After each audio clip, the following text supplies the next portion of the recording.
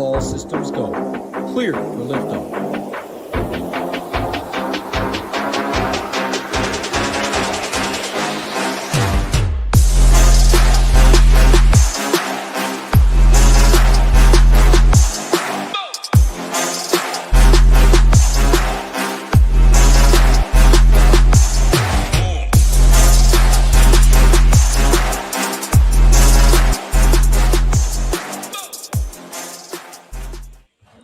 What's up, everyone? Tyler Tamboline here, a.k.a. ToeTagginTambo, back for the first playoff edition show here on the Ship It Nation YouTube station. We got Wildcard weekend ahead. Going to break it all down for you. We're going to be talking about it in two different segments. So we'll talk about the two-game slate. First off, that's got the Rams at the Panthers, the Packers at the Bears. We'll go position by position, talk through it from a DFS perspective. So we talk about the pricing, the ownership, and going through how you can build lineups for that to try and get to the top. Some big tournaments over on DraftKings, FanDuel, etc. And then we're going to do a second segment where we will break down the three-game slate for Sunday, which includes three games on there. We've got Bills at the Jags, then 49ers at the Eagles. Lastly, the Chargers at the Patriots. As far as the channel and content goes, this will probably get split up into two shows, so you'll be able to watch this full one. Now, if you're watching this one before Saturday, you'll get it all. If you want to come back on Saturday, we'll have the show up just for Sunday, but it'll just be a split version of this. And then we will be back for Monday, the three of us, 2 p.m. Eastern, to break down the Monday Night Football big showdown slate there with Houston at Pittsburgh. Hoopster, Title here with me as always. Hoopster, I'm going to bring you in first, man. What's going on? How you doing?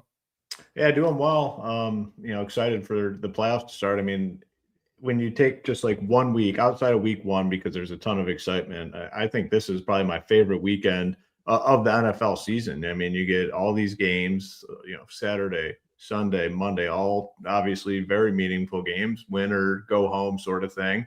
Contests are really big. I definitely prefer them to, have Saturday and Sunday together. They obviously didn't. They're doing the 2-game on Saturday, the 3-game on Sunday. But the prize pools are massive, and I'm excited. You got the playoff best balls starting as well, which I've been doing a lot of over the course of the last few weeks. Splash has the big Survivor contest starting, so a lot of new contests rolling out this weekend. Should be some good football, and excited to talk through it all. And like you said, this will kind of be split up. If you're coming here and looking for the Sunday stuff, we're going to have the time stops, stamps at the bottom, and we might also just have the Sunday show separate, so you'll be able to find it, though. So don't run away if you're coming for just the Sunday content. Yeah, I think that's the best way to put it. That's what we'll do. I think you can get the timestamps, or we'll get it cut up so that we've got a video that comes out. It won't be under live for that show on Saturday when it drops, but once lock hits on Saturday, we'll pull that out for Sunday so that you have something to get ready and just a secondary version if you want to watch it back in quicker format. Just real quick too, while you mentioned it, there is a 6-game slate that DraftKings put out that, there's $100K to first for the $18, et cetera, et cetera. But the challenge is not really as many tournaments as you'd think. There's more to it. It's a totally different slate compared to everything else. And then also the Sunday slate is massive with Millionaire Makers ×2 and all that stuff. So that's why we're focusing on the 2-game and the 3-game. Title, my man, I got to bring you in. Two good games to start things off, and then we'll get to the other 3 later. But we've got 2 pretty solid slates this weekend, at least, if not more, and then a bunch of good showdown stuff to cover as well. Oh, yeah, I'm with Hoop. Week 1 definitely trumps everything. I mean, there's football back after many months off. But after that, I think this is probably the best weekend. I mean, if you're a football fan, period, college football, yesterday, Ole Miss, Miami, what a game there. Tonight, Indiana, Oregon. And you got Thursday, Friday, Saturday, Sunday, Monday.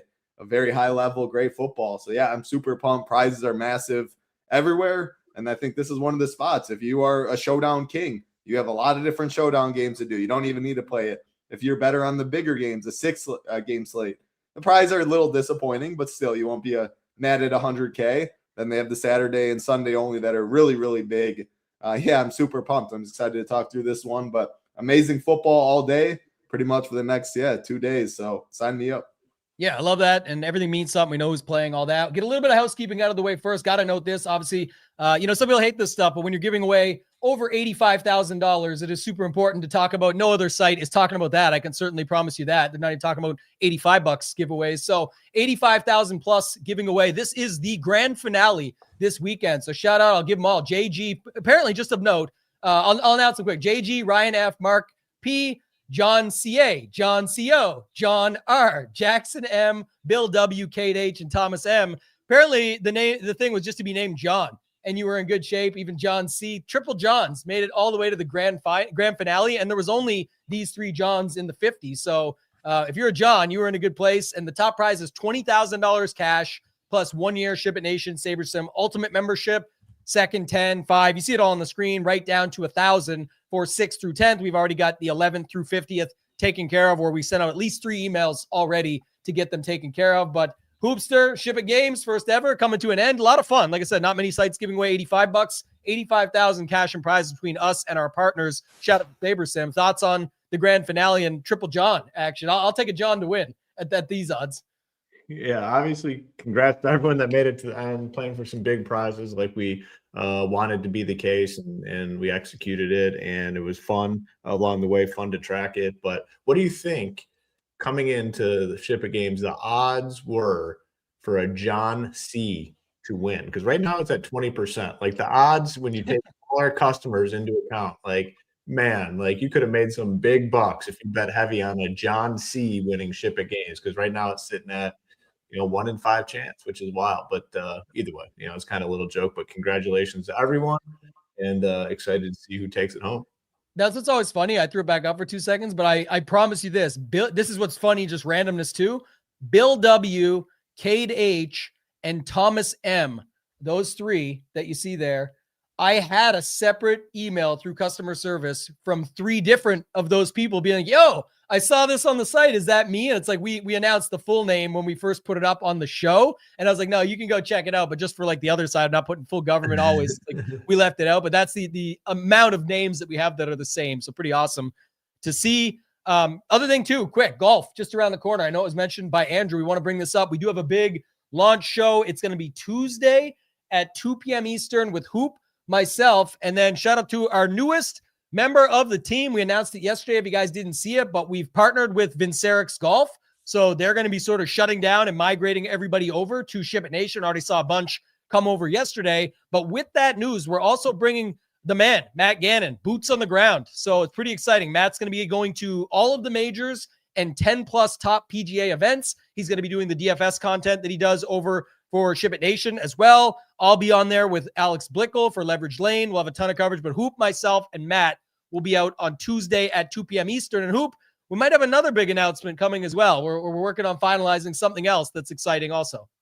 Yeah, I mean, it's just really big news around our PGA offering this year. We've been working on both these things in the background for a while. This one's obviously public now. I'm very excited to have their community come over, have Matt come over. And he's one of those, when you think back to, our late great friend D-Gen, Sweaty Tryhard, Matt is exactly that. And, getting to know him, following his work, the dude is an absolute grinder, and the passion, like that's the main thing with this stuff. You got to see the passion. He has big time passion for PGA DFS, and you can see it. I mean, the first time you see him on our airwaves here, you're going to realize that this dude is very, very passionate about what he does, and that goes a very, very long way. So excited to integrate him and their community over to Team Ship It. Yeah, the best deal right now, just so you guys know, we never sugarcoat anything or hide it. It's expiring January 14th. It's right here. It will be $399, then going up to $449. That includes SaberSim. That's where the difference comes in. So if you want the PGA Early Bird Special, other sites are $599, $500. $599, you have to go buy an optimizer elsewhere, or $69 a month or whatever that is. This is $349 with the best optimizer in the business, SaberSim. You get the SaberSim optimizer, all of our projections and ownership for Main Slate and Showdown. You get the Stone, which is the best tool in all of DFS. You'll be able to check it out. The course fit rankings, our value report, and then all the education courses that go with it. So, Title, I'll kick it to you, man. We're about to get to the football, but I know you've been dabbling in the PGA streets and getting into the mix. So what's your thoughts on everything around the corner now? I just know we got the best projections and ownership out there, which, I mean, if you play DFS in any sport, listening to content, all that gives you a bigger edge, but finding your process, we preach it a lot. Those are two very important things. And yeah, I mean, you can go around the industry. A lot of people charge a lot more for, in my opinion, a worse quality product. So yeah, you'll see me in the cash streets, like always, maybe dabble a little bit in tournaments, but yeah, huge addition. Shout out to D-Gen. Never can be replaced. We'll always have the Stone. We'll always have his D-Gen scorecard. So like Two Gloves, whoever he got, Tommy Two Gloves. I don't know if what it is, but he took a lot of time to do that. I mean, when he was passing away, like on his last year, I mean, he was still diving in and grinding for the people. So yeah, nobody will ever be able to replace him, but we still got a lot of his stuff. And yeah, very excited for Matt to come over. We still got NBA, still got NHL. Next thing you know, baseball will be back as well. So yeah, it never ends over here at the Nation.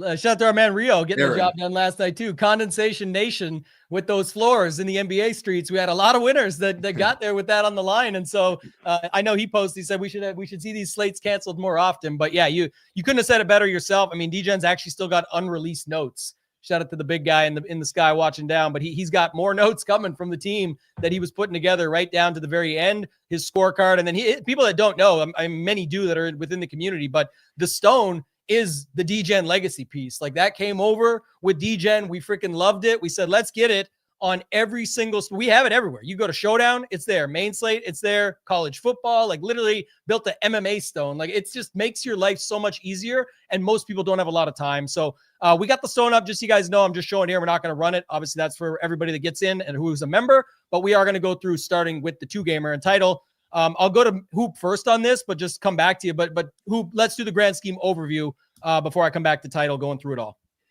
Yeah, so we're going to split up into the slate. So, you have a 2-game slate here that we're kind of talking about. And we've done these shows in the past where we have the 2-game slates, and we've been talking about it leading up to this point. There's going to be a lot of these 2. I wish it would have been 5, honestly, but it's like, okay, whatever. It's not 5. Now we got to deal with and play a 2-game and a 3-game slate. So it's not like it's going to change at this point. So we're dealing with 2-game slate. We said it. We're going to have a lot of smaller slates as we go into the playoffs and all throughout the playoffs. So we've already been preparing. We've been, thinking strategy, talking strategy on these smaller slates. And this is, another one. So you look at the slate, and the first thing that pops out to me is the Rams' really big team total. I think a lot of people are going to want to load up on the Rams, and probably rightfully so. When you go through, you see they're going to be basically the highest owned, I think, at every position. Matthew Stafford would be the highest owned quarterback. Kyron Williams is going to be there, probably him and Josh Jacobs at running back, very highly owned. Puka, I mean, the initial, and again, this is where I really, really wish if they're going to do the 2 and 3-game slates where they adjust the pricing a little bit. Puka should be 10K on DraftKings easily. I mean, he should be a 10K player. He's 8,700, and that means he is going to be in, well, based on our ownership, almost every single lineup. I mean, we have it at 83%. Looks like Saber has it at 90%. Like, he's going to be massively, massively owned. I wish they would adjust the pricing based on the slate. If it's a 2-game slate, you just got to bump everyone up. Devontae Adams is 6,500. So let's say you want to make the pivot and say, I think it's going to be 2 or 3 touchdowns to Adams over Puka. Well, Puka's still, or Devontae's still probably 60-some%. So that is the annoyance. But again, we got to deal with it. So, I mean, just back to the main point, it's going to be the Rams guys at basically every position that get a big chunk of ownership. At tight end, that might be the maybe outlier because Loveland, after the big games, looking like the one that everyone's going to. I don't agree with the ownership I'm seeing. We'll talk about it when we get to tight end. But the main thing is team total for the Rams sitting at 29. They're going to be, massively owned across the board. No one's going to want to play Carolina. And then there's going to be pieces within Green Bay and Chicago that get a lot of ownership. So we got to kind of have to navigate through this and see what we can find. We know we have a lot of the information. I don't think we're waiting on anything injury wise. So it's pretty clean in that regard. So, we'll go through, talk through it and see what we can find here. Yeah, I was going to go to you first. I'll just get us started with it. But I love you always bring it up, and it makes a ton of sense on these smaller slates. We'll go position by position. Hoop just gave his grand scheme overview. You usually bring up just in case, but it depends on who's playing where. But any weather or any props we got throughout. But I'll let you kick it off, man. We've got Stafford at Bryce Young, and then we've got Jordan Love at Caleb Williams. Give us your thoughts at this quarterback position. Anything else you want to add first? Any of the grand scheme stuff, by all means. Yeah, it is worth noting for weather, 2 yellow-orange games on the 6-game slate, and that is these 2 Saturday games. Ross said for the Carolina Rams game, good shot at rain, 10 to 15 miles an hour wind, gust of 20. So I'm not really worried about the wind. I guess we'll know like an hour or 2 before. I mean, if it's downpouring, like it kind of was in Tampa, Carolina in the first half. Like maybe that's something to note. Green Bay, Chicago, though, few flurries, win 15, maybe up to 30. The thing is, you're playing 2 games. If they're both yellow-orange like we're talking about, I don't really see too big of a difference unless it looks like huge rainfall in that first game. Total is 45.5 for the first game, Panthers, Rams, 44.5 for Bears, Packers. So not much there. And then I always look at just on short slates, the onesie positions, who separates quarterback, not really too much. Stafford does, but price accordingly. Bryce Young will clearly be the lowest owned tight end. Colson Loveland, like 5 points, 4.5 points clear. The next highest projected, that'll lead him to being very popular. And then defense, the Rams, about 3 points clear, 2.5 of the next highest. So I think you'll see Rams, Loveland, obviously on top of Puka being very popular. Talking quarterbacks, yeah, like I said, Bryce Young will be clearly the one that's left out. He's only 300 cheaper than Jordan Love and projects like 6 or 3 points less. So it's like a 3 quarterback slate for many. And if Bryce Young's really going to be 10% and it's a 2-game slate, they're big dogs. He could drop back at the most when it's all said and done. I'm definitely going to keep him in my pool. So I'm not going to be fading any of these quarterbacks. Do I have a strong lean looking at her ownership? If Stafford is 40% and the next highest is 25, I think I'll just naturally get below the field on him. And then I think it's pretty easy. I can get overweight on Love, Caleb, and Bryce Young. And then that'll lead me to some Kyron, maybe Corum when we get there. I think when people do play Stafford, Puka is going to be the first one that everyone clicks. And then from there, it's going to be, I guess there's some options because Higbee's really emerged on top of Parkinson and Devontae's back. So it is pretty, I guess, spread out if you do want to go that way. But if he's really going to be 40%, I'm going to be eating Puka chalk, Loveland chalk, other stuff like that. I think I can see pass where it's Love, it's Caleb, or even Bryce getting pretty close to Stafford for this $1,900 difference. So my plan is, I think, underweight Stafford, the most popular, and I can get at least with the field or overweight on the rest of the 3. Yeah, really fun slate from that perspective. It makes it really easy on how I want to play and just going to play because I don't care. Whatever happens. The 2-gamer playing to win. And the main thing, Hoop, you said it earlier with the pricing, when they don't adjust it, well, it's even worse when they don't adjust it. And the guys that's not adjusted is with the quarterback that's going to be most popular. It all goes together in one, perfect lineup. I've seen so many people post renditions of like your Stafford Puka lineups. Like, congrats on probably the worst lineup on the slate. Unless it works, which it could because it's those 2, but it's like it's just you're starting with the same stuff everybody else is. So for me, I love it. You could play Bryce Young opposite side of Stafford. Perfect. If Stafford goes off, usually it's because something pushed him. Usually it means that the Panthers came along somewhat, but also underweight stance is easy for me on Stafford because I'm just going to get overweight on the uncertainty of stacking partners. No one shits on Jordan Love or Caleb Williams for not being able to be stacked or not being capable quarterbacks on a 2-game slate. What they have problem with and challenge with, especially if they have limited lineups, is figuring out who it's going to be with. Well, got to figure it out. That's this slate for you. It's 2 games. So I love that. I'll be able to get probably overweight. I don't know if that Love ownership will actually be that much, but that's fine. Maybe I'm like underweight Stafford in line with Love, but then overweight on Williams and Bryce Young. Great. 2 home teams. Maybe they show up and make it happen. So lots of stacking options with those guys and ways to get different. I think Puka as a one-off is still fine anyway, but we'll talk more on that when we move things around. I'm just saying when you start with that and keep putting, but I can fit Higbee and I can get Jacobs in and I get the perfect running back. So yeah, you get the cash lineup. It's awesome. But it's like that lineup is probably not going to play well in a 2-game slate with a very top-heavy prize pool. So, Hoop, I'll kick it to you on quarterbacks. Obviously, the best are the best, but just ways to play it differently is kind of what I was going after. Yeah, it is, the overall soft pricing is frustrating because you look at it and Stafford's the guy you want to play, but the fact that, he's only 6,900 and we have cheap options and everyone's underpriced, he's going to be highly owned. We're showing 40, Saber's showing 50. I think it's probably 40. People still like to spread out quarterback. People still enjoy it. They want to get a little taste of everything. So, I think it's probably 40, and I'll probably be somewhere around it. Like I definitely want to play them. I wouldn't want to fade them. They're projected to score a ton here. One of few teams that seems like they prefer to pass when they get close to the goal line, opposed to run the ball. So I think there's just more touchdown upside and equity with Matthew Stafford. at quarterback. So I like him I'll just kind of rank you. I think you guys did a good job. I want Stafford number 1.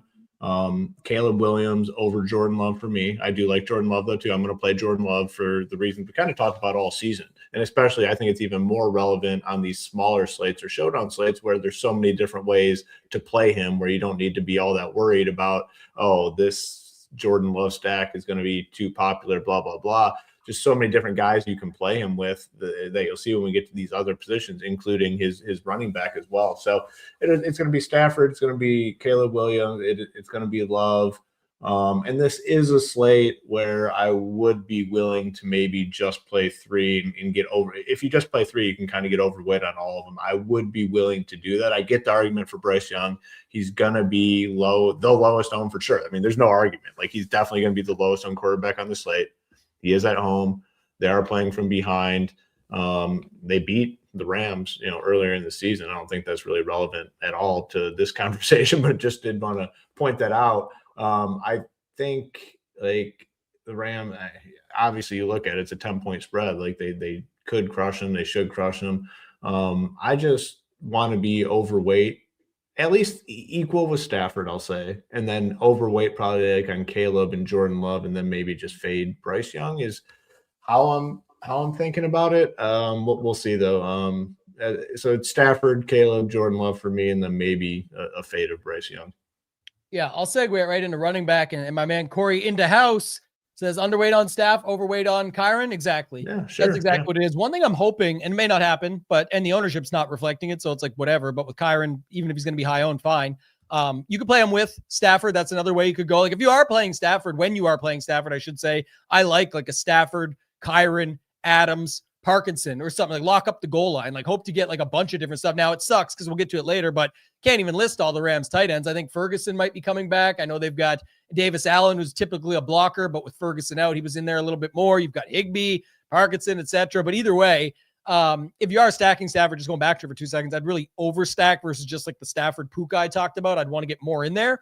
And I think about it too as like Adams, if he is getting the passes, typically he's getting the touchdown passes inside the goal line. That would hurt. Maybe it's like Stafford, Adams, and a tight end with a Coker run back or something like that. That's a different way you could look at it. But my one thing I'll say is I'm wondering, Title, and then I'll kick to you for running back for the overview and what you're thinking is like, what if they just don't, like MVP's done now, right? Like you got to win the game, sure. But I'm saying, what if now when they get inside, it's like, all right, let's just run the ball, playoff football. Let's just get the ball rolling in that. And Stafford doesn't need to throw 5 touchdowns a game or go after it that way. Not that he wouldn't, because it's still Stafford and the Rams, but I'm hoping at least that's the case. And we could see Williams and Corum get a little bit more run. But what's your thoughts at running back? And you can kind of start there if you want. Yeah, I'm kind of hoping, but to be honest, like they weren't really that great in the red zone after Devontae went out. And man, he is just so elite when he's one-on-one. Like he's forced, I can't remember which game it was before he went out though. They doubled him. Like they straight up just put 2 guys on him in the red zone. And then it's more of an empty box. And then you run the football that way. So I do still think McVay is going to put Devontae wide. And if it's one-on-one, barbecue chicken, slant fade route. And if it's not, then he'll run. Which does make the Devontae when we get to receiver. If you do want to fade Puka and go Devontae that route, I think Puka had a pretty bad game against the Panthers when they did lose. He had that insane catch. But yeah, there is pass. But running back, I mean, yeah, I said it. I plan on being underweight Stafford probably to get overweight on all of them. And the easiest way to do that is just play Kyron and hope he's the guy. Definitely will be playing a bunch of Kyron. I don't love 3 running backs, though. I will say, like, I'm skeptical on this Carolina backfield. I think it should be Rico, but I mean, we've seen them use Chuba a bunch. Props, 45.5 Rico, 25.5 Chuba. It eats into each other. What I do know is Kyron's my favorite. Him and Josh Jacobs.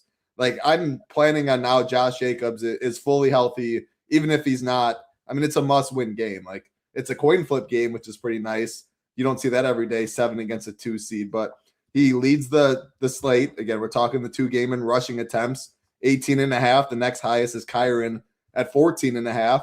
Only 75.5 rushing prop versus Kyron, who's the next highest at 65.5. I just think he has the least amount of competition in the backfield. Price is very good at 6.3. So him and Kyron by far my favorites. After that, I think it's the Chicago backfield I want in Swift and Monangai. I think if the Bears really have the optimal game for Ben Johnson, they're just going to pound the football as much as they can and play action and give Caleb easy throws. Right now, I think, and props think Swift is the guy, but it is close. So I think Monangai and Swift are very interesting plays. In the backups, like Corum, Monangai, I don't really like Chuba, but you're getting, like, we're showing Monangai Swift almost 1/4 of the ownership discount on Monangai. Corum versus Kyron, I mean, like 1/10 of the ownership. So I will play on these short slates, some Corum, some Monangai. I think when I do that, I want to group them away.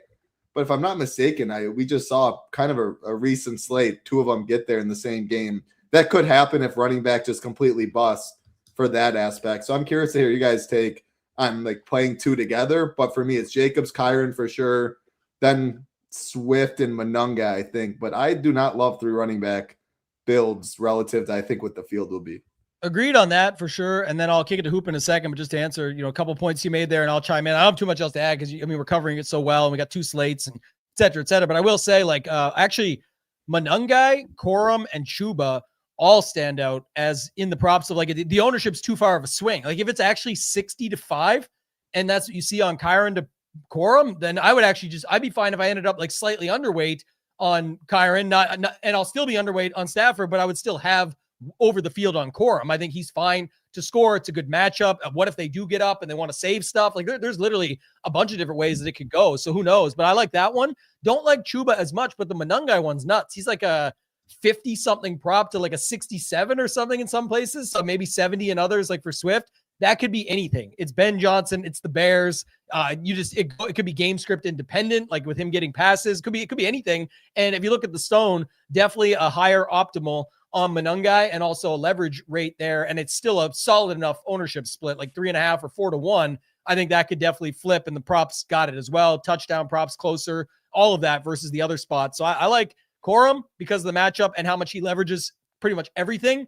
I like Monangai because of the other spot. I mean, the thing with Jacobs, and I said the Chuba piece, but the thing with Jacobs, Hoop, is he's obviously in a really good spot too. The guy's like healthiest he's ever been based on, him saying it and the weeks. They've got all these different factors, but his ownership's going to be almost 70 because of the $6,300 price. People are going to be on the Rams stacks. So of course, Jacobs just fits in there. I think it's really good if you can find a lineup where you're leveraging that. And somebody asked earlier about leaving money. That's where you can leave a lot of money because I know people go to this stack instead of playing Jacobs, but they Byron and Puka because they can afford it now. It's like, what if it's just Adams and Corum? Well, it is what it is. They could definitely still be that. There's only 2 games on the slate. Your thoughts?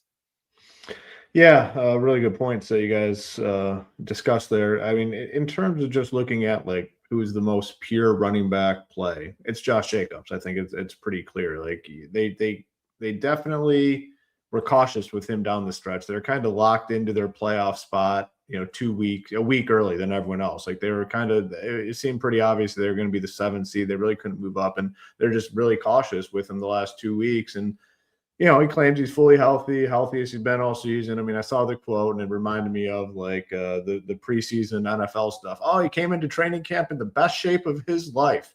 And you hear that about like half the league, right? For NFL preseason. So I saw that quote and kind of reminded me of that. But I think this one might be a little more legitimate because like they rested him. Obviously, he wasn't super injured. He didn't play a ton. I think he's ready to roll, and they're favored to win this game. I mean, essentially coin flip, but a slight favorite, minus like 1.5. And he's clearly better than the other guys. I mean, Wilson had some spots this year. Chris Brooks had some spots. I mean, Wilson definitely had some spots, but Jacobs is their guy. They'll give him as much work as it needs. They'll pass it to him. I think he's great play. Obviously going to be highly owned. And again, it's a product of the shitty freaking pricing that they rolled out here where it's just so easy to play all the studs. It just makes the ownership on these guys like through the roof. And then like the backup guys aren't even that much cheaper. So it's just really unfortunate pricing. And I've already talked about it a couple times, so I'll stop bitching about it. But it's just, it really is. Like, it's just not that hard to do on these 2-game slates. Like, take whoever the best guy is on the slate and make him 10K. Take whoever the top quarterback is on the slate and make him at least 8K. Take the top running back and make him at least 8K. Like, this bullshit where the best guys are 6,300 at a position is stupid, but it is what it is. Got to deal with it. So Josh Jacobs, did you want to add something on that? I know you. Well, I was just chomping at the bit on one thing, and it's just my 2026 thing. I told you, just thinking about, we're all dealt the same hand. Like you said, I agree with you 100%. But one thing I'll say is my thing is to spin that into a positive. Like I have to. Like at the end of the day, we're all playing the same pricing. That could be your edge. And that's why when someone said earlier, they might have said their lowest lineup was 47.8. 47.8 is a perfect number because guess who's $2,200 less? Devontae Adams less than Puka. But I wouldn't want to do that because in my previous example, I might want to leave 4K based on what they've given me. I have to take it for that side of it. So yeah, I agree with you fully. I just want to add that in. Is like, we got to work with what we got to work with. That's how you can make it work to your advantage. Yeah, you definitely have to look into things like that. In terms of roster construction stuff, I think Kyron's going to be popular, but like if you're not playing the Stafford to Puka stuff, like Kyron Williams, I think definitely should be, probably one of the first clicks into your lineup. If you are hand building, I think he's fine in that regard. And then after that, I think it does get a little messy, and that's where I'm with you guys. I want to take advantage of these ownership differences for sure. Monungai versus Swift, we're showing a 30% ownership difference. That's just way too wide. Even Rico to Hubbard, like 30-some% difference. That's way too much. And then Corum to Kyron Williams, like maybe a 50% difference. That's way too much. I actually think Corum's probably my favorite. Like if Corum is going to come in this low owned, they're projected to score around 30, so 4 full touchdowns. We've seen all season they're willing to give him full drives. It's not like he's coming in to just give Kyron Williams a rest. Like he's coming in, and it appears they're saying this is your drive, do what you can. And he's good, and the matchup's good. And I think Corum, when you factor everything, take everything into account, has to just be a really, really good play on this slate. At low ownership. There's no way the ownership gets much higher. And that's like leading into like Tambo's point where you can take advantage of the soft pricing. People will look at this and they're going to have the $1,000 to go from Corum to Kyron Williams. Like, why would you play Corum over Kyron Williams straight up? I can get there easily for the $1,000. That's what people are going to think. Got to force yourself to make those sort of pivots, and that's how you can pay it off big on a slate like this where the prize pools are so big, making moves like that. But yeah, taking it all into account for sure, Corum just has to be, in my eyes, a phenomenal play. Yes, I'm gonna have a lot of Kyron Williams, but Corum I like a ton. Monungai, it's only a $500 difference. Same thing. People are gonna say, man, why would I play Monungai when I can play the starter DeAndre Swift for $500 more? Everyone's going to have the $500 to go from Monungai to Swift if they want. And what is a large majority of the field going to do? They're going to go up to Swift from Monungai and get the starter. So this is, like you talked about, Tambo, the spot where you can take advantage of the soft pricing. I think it's more clear at this running back position than anywhere else because it's so badly mispriced, where the only position that looks somewhat overpriced are the backup running backs or the second running backs on the teams. These are the only guys on the slate you're going to look at it and say, dang, do I really want to pay $5,200 for Monungai? Do I really want to play $5,400 for Corum when I can get the starter for just a little bit more? Give me that starter for a little bit more, and let's roll with this lineup. So I think these guys have the chance to be the difference maker on the slate. 100%. And no, this was Title's question earlier, so I want to clarify the statement now. Definitely would not do that. Could be ruling yourself out huge on this slate. We just talked Corum's advantage or possibility. There's multiple ways he can get there alone, already has solid props. And the Monungai Swift thing is what Hoop said. Like it's hilarious because it's only over $500, but it could be like a 3-to-1 or a 4-to-1 split on ownership. All we can do on these slates is, again, you could delete all the names. It's all about just building properly. It doesn't matter. Everyone's got takes on who and why, and go watch a team by team preview for the week, and they're going to tell you a bunch of shit and be wrong all the time. Because again, I don't care. Like, I'm just playing the game, and that's it. When you get this bad pricing, all you can do is play the game the best with it. Hoop landed it perfectly. That's my point. So if you land on, look, even Stafford lineups we just talked about, they're obviously good for a reason. Look at his freaking price. It's horrible. So it's like when you put him with Puka and all that, well, someone mentioned in the chat, what if you put Corum in there and it's the passing game that gets them ahead?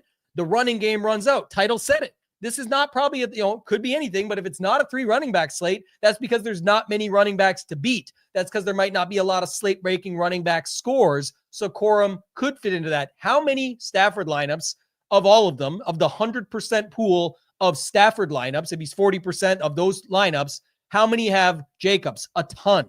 How many have Jacobs and Swift, or maybe putting Kyron into them? A ton. It's like once you go to a Stafford, Corum, Monangai lineup, you can do whatever you want. And, but I got this extra 1,000 to spend. Okay, don't spend it. It's just that simple. Be disciplined. Play the game. Win the game. Get first. That's what you can do. And that's the type of stuff that can get you there. So, Title, anything else you want to add to follow up? You started us off there. We've kind of hammered it out, or if not, you could take us into wide receiver.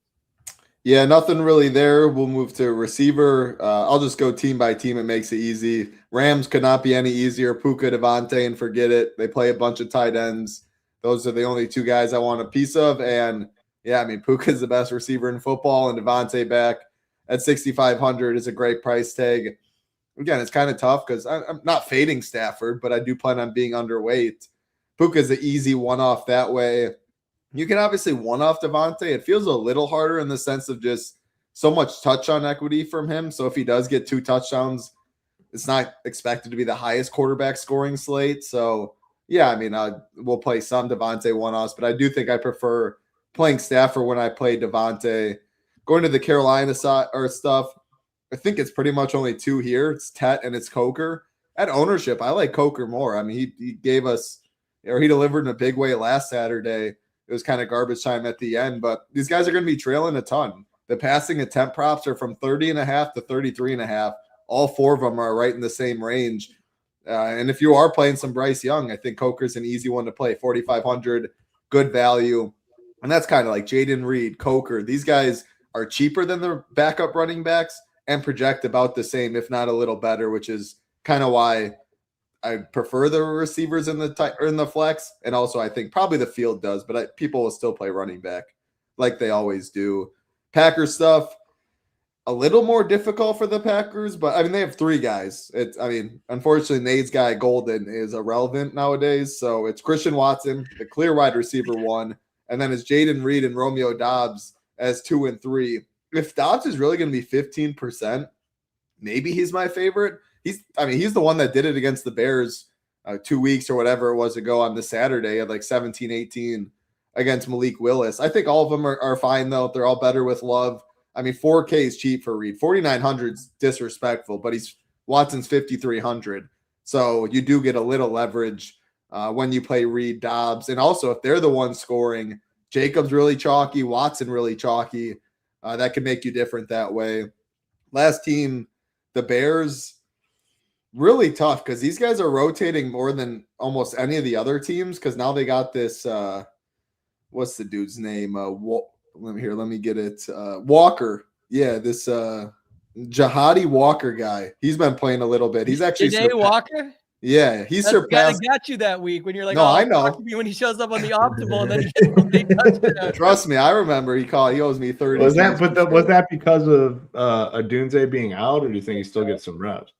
I mean, he overpassed Zacchaeus. Like I think he's going to be on the field a little bit. Now, I don't think you should play him, but I do think it hurts Zacchaeus or it hurts Adunze and DJ Moore and even Burden a little bit. Like these guys are rotating. So like I'm mentioning the Walker stuff. Not that I think you should play him by any means, but I do think that they rotate more. Like Burden does 62% of snaps, 58% of snaps the last 2 weeks. Obviously, Ndunze is missed. With the Ndunze back in, though, Walker's will probably go down to like 10%. Burden, I still think, probably sits around the 60% mark, and DJ Moore is probably the highest. I really don't love – they're all low-owned, so when you play them with Caleb stuff, if you play them instead of Loveland, you definitely get different. Yeah. But the opportunity for a snowflake is so much higher on these guys, especially when I think they're going to want to run the ball first. Burden's my favorite just because – he's the cheapest, and I just think he's the most talented, biggest play upside. But yeah, I'm really curious to hear you guys' take on the Bears receiving room. I'll start and kick a couple things over to Hoop and let him sort of run with the majority. But this is another great point. Actually, I think I'm already saying it early because we haven't even got to the 3-game slate yet. But I actually think I like this slate a lot more than the 3-gamer just for the way it sets up. Like everyone thinks they know everything. Like Loveland, catches last game, so he's almost 70% owned now. It's like it's because there's uncertainty with all these other guys, but I'm going to risk that to take it on. So I think you nailed it. I think the call there was good, but I think it hurts Zacchaeus the most, which we already knew, and that doesn't even matter when the other three guys are healthy, but it makes it riskier on all of them, but they're all more than affordable. And they're another one where you can just spin the roulette wheel. Nobody knows for sure. And I think people are scared of Burden after last game. There's potential, again, not like they're not going to play him. It's a 2-game slate, but I'm saying they didn't like that he wasn't involved for as long as he wasn't involved. So it's like, I'll definitely go back to that well, especially when he leverages Loveland, or you could play him with Loveland to slice into him. You could play 2 of these guys. What if it's Caleb, 3 pass catchers, and that's what you need with Loveland? We'll get to tight end though later. The last thing I'll say, Hoop, is you can't spell Blake Corum without Coker. And so I think Jalen Coker, you put those two together in the same lineup, that might be what you end up needing on this slate. But then you also can't think of Coker without Snowflake. And then you got the possibility for a 0 over there. He's even got the O in the name. So I don't know. Coker versus Tet feels like a good spot.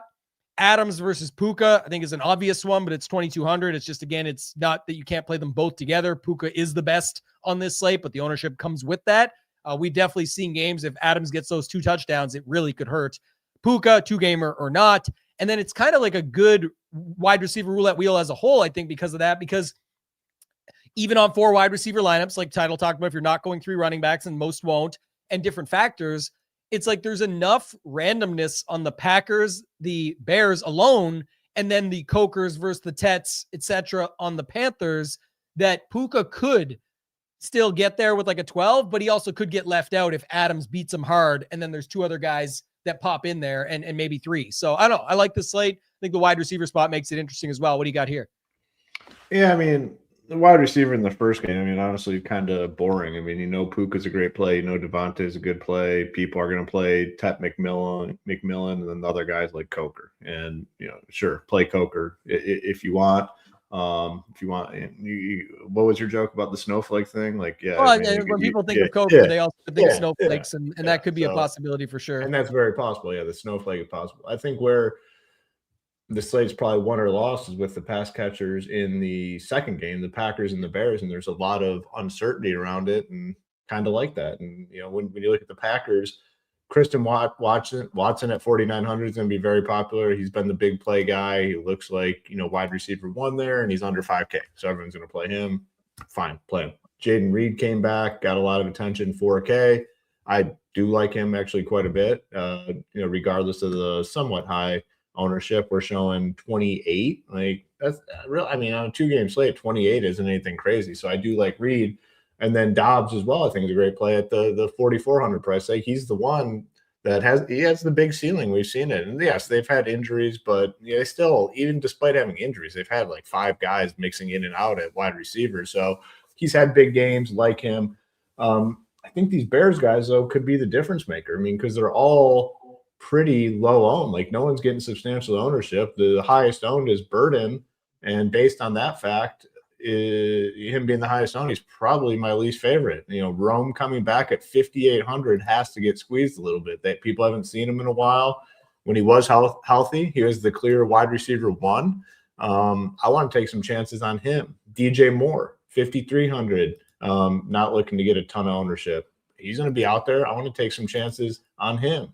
And I think a lot of people might be scared of these pass catchers because of the emergence of Loveland last week. So I really like these Bears guys. I think one of these guys will be the differentiator, I think, on the winner this week. Whether I'm hoping it's Rome or DJ Moore, because that's the spot I'm going to be looking. And when you start factoring in all the uncertainty with the pass catchers for the Bears, I think Caleb kind of ticks up a little bit for me. I already said he was my number 2, but in terms of which quarterback I'll have the most leverage on for this 2-game slate, I think it's going to be Caleb for the reason of these pass catchers all being pretty low on. So it's kind of wide receiver for me. Yeah, it's a nice way to cut into it too. Like I said, because I'll stay with you actually, Hoop, on the tight end stuff, because we're going to Loveland is super popular there as well. But that's what the way to slice into that is. You're like, okay, either you don't play Loveland and you leverage it via the pass catchers, Manung guys of the world, all that, or you can just do what you said and say, I'll roll with Caleb, and then let me get some Luther Burden, some Odunze, and some Loveland, and roll it out that way. What's your thoughts on the tight end position with Loveland kind of like Musgrave, Parkinson, Tremble are like the 4, and then there's a bunch of people around that.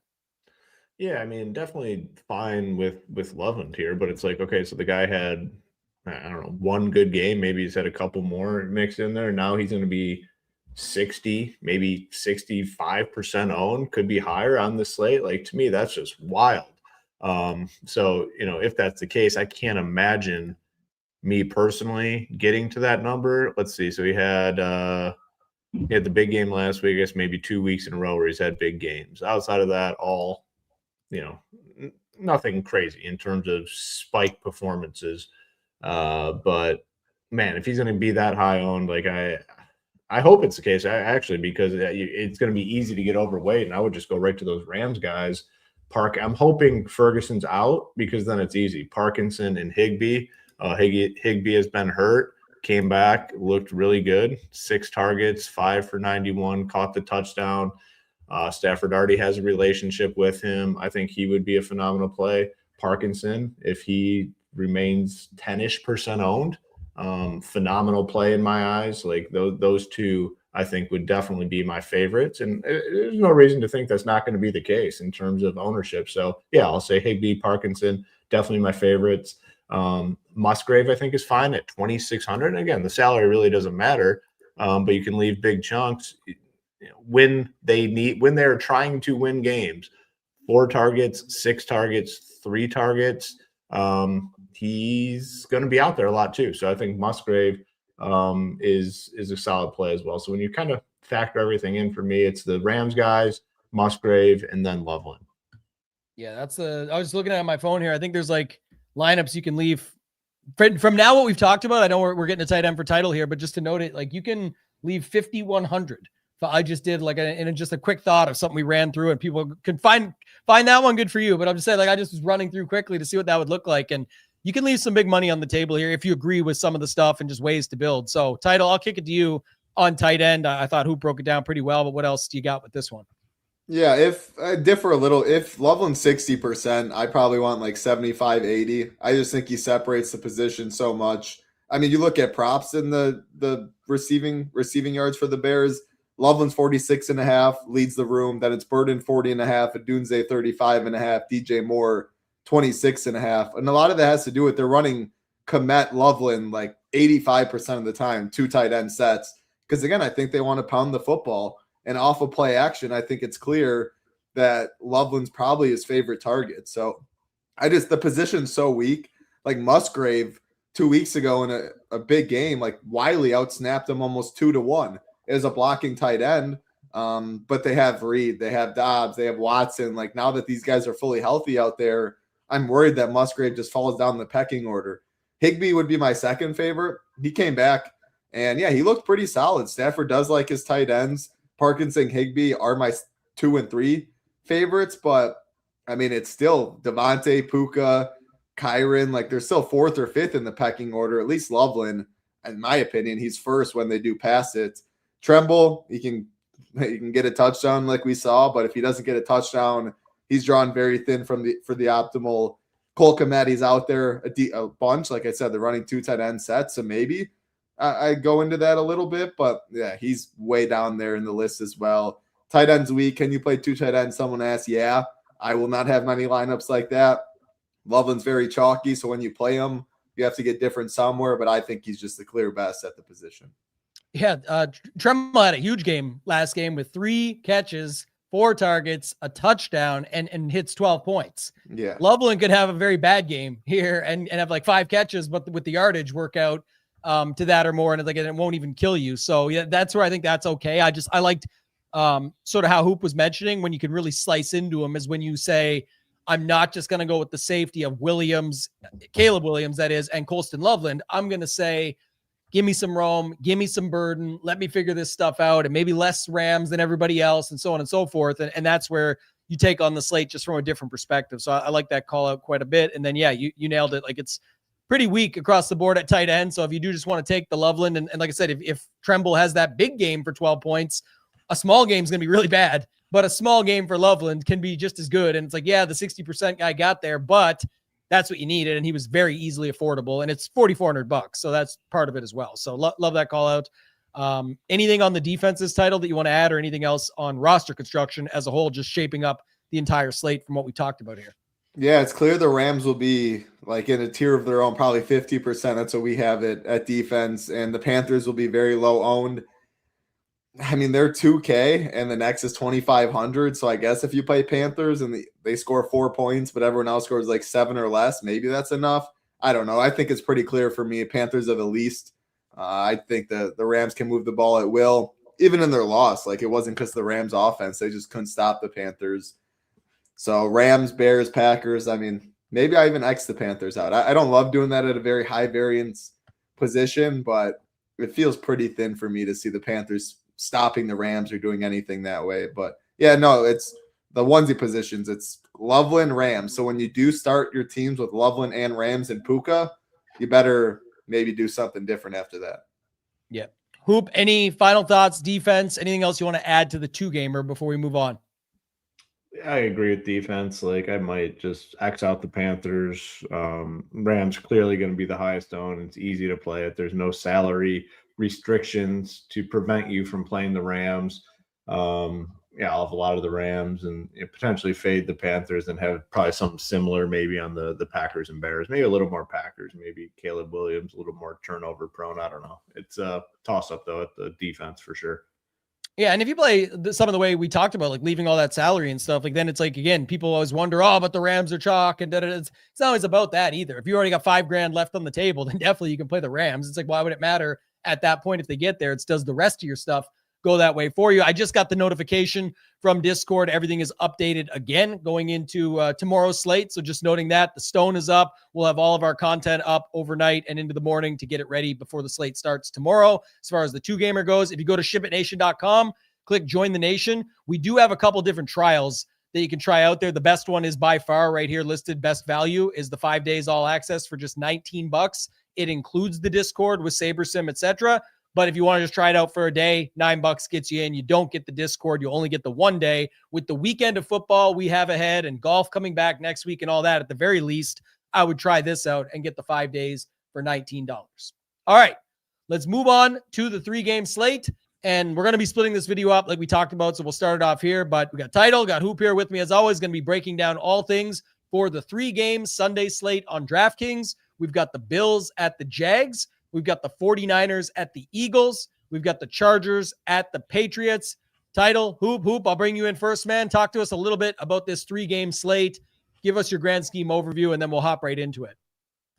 Yeah, I mean, 2 versus 3 games. I mean, I think it does make quite a bit of a difference in terms of strategy and like overall ownership and that sort of thing. Just looking at this, like right out of the gate, the first thing that stands out to me when you look at the quarterback position is you have, I'd say, 6 viable quarterbacks. 6 quarterbacks that people are going to look at and say, yeah, I can play this guy. Josh Allen, Drake May, Jalen Hurts, Trevor Lawrence, Justin Herbert, Brock Purdy. Now, take all the matchups out of the equation. Like, maybe you don't like some of these matchups. If you just look at these names, you're going to say, yeah, I can play all 6 of these guys at quarterback. So the first thing that stands out to me is quarterback definitely going to be spread out a little bit. You get to the running back position.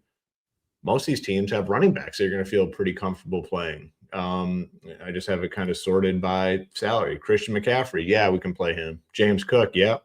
Saquon Barkley, yep. ETN, yes. The one situation we're kind of waiting on is the Chargers with Hampton. I think the last report was he was seen practicing. I'm sure when you are watching this, it's going to be a little later, so you might already have the information. You got Travion Henderson, Ramondre Stevenson. So you got a lot of running backs that you can play. Same thing with wide receiver. You go to wide receiver, there's going to be a lot of guys from all the teams on the slate that you want to play.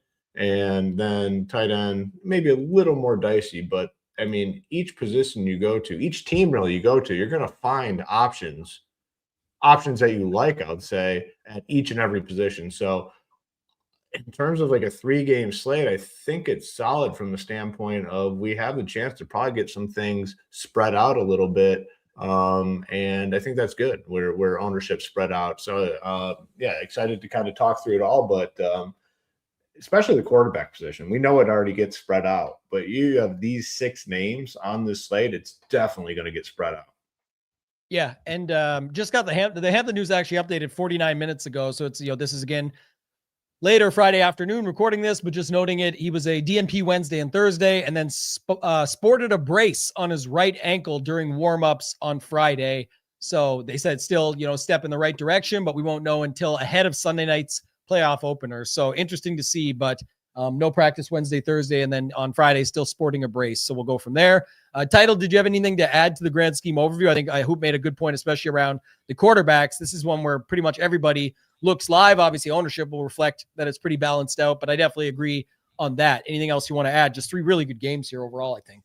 Yeah, that's what stood out to me. 3 hell of football games. I mean, I love seeing 7-2 seeds. I mean, the Packers are favored slightly, and then only 3.5-point dogs are the Chargers. The only game that we have to worry about, like that's a big spread, is Rams-Panthers. So 3 competitive games, 3 really good football teams, 3 quarterbacks that we like to play on a lot of main slates, a lot of great running backs, wide receivers, the tight end position strong. So yeah, if you're listening to yesterday's 2-game slate, and then you listen to this on Sunday morning or whatever, it's a completely different slate. Ownership obviously is important on a 3-game slate, but it'll be spread out so much more than the 2-gamer. So yeah, you can easily build 50K lineups, just do something maybe a little different, and yeah, you won't be duped. So I think this is a very elite slate and elite games. I'm pumped to sit on my couch and watch football all day long with massive prize pools. Yeah, hopefully you're watching this on Sunday morning. I won all the money yesterday. That would be phenomenal, but we're recording in advance. So, that's the case. But yeah, I like the slate. I think it's interesting. A lot of good real life games, but then, for fantasy sports, it makes it a little bit tricky when you're like, okay, Drake May with who, or can I go to the Herbert side, Brock Purdy with who? I'm obviously waiting on Pearsall there and stuff like that. So Hoop, I'll start with you. Let's go to the quarterback position. You hinted at it early, and you said that we can kind of play any of these guys. What sort of ranking system are you putting on these guys if you're looking at it from that perspective, being that they're all kind of in play? That is kind of tough. I mean, you look at it, and I think you're going to have like 2 groups basically here. You're going to have 4 guys that I think get solid ownership, and then I think 2 guys that get a little less. Josh Allen, Drake May, Hurts, Trevor Lawrence, I think are going to be the 4 that get a majority of the ownership. People are going to like those guys. I think Purdy and Justin Herbert are going to get less than that group of 4. So just talking in that first group of 4, what kind of stands out? I think people are going to really like that Buffalo-Jacksonville game, regardless of the position. So we're talking about quarterback here, but you got the game sitting at a total of 52-ish, which is basically a touchdown more than everyone else on the slate. So I think, assuming, I haven't really looked deep into the salaries, we'll talk about it when we go to the other positions, but again, Josh Allen, 7K, just way too cheap. He will probably run it even more in the playoffs. So he's the guy that I think people will default to, and it makes a lot of sense. Trevor Lawrence in that same game, 6,100. Like, that's a game people are going to want to get to. I think those 2 guys get quite a bit. Drake May, and then Jalen Hurts. It's honestly, for me, it's a tough slate to really differentiate these guys. I think this slate is definitely going to be more about, roster construction. Are you focusing in on a game? Are you game stacking?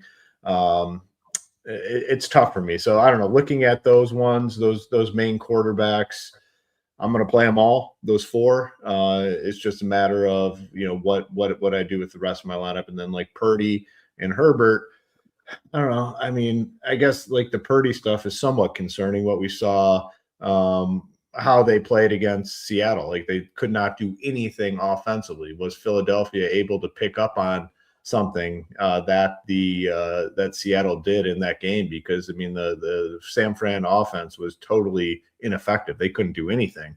And that game is definitely moved in favor of Philadelphia. Philadelphia likes that. I mean, if Philadelphia can win a nasty, low-scoring, grinded-out game with Jalen Hurts and Saquon Barkley kind of jamming the football, they will. So I think Purdy's probably my least favorite. He's probably going to be the lowest owned, so that's not like anything crazy to say.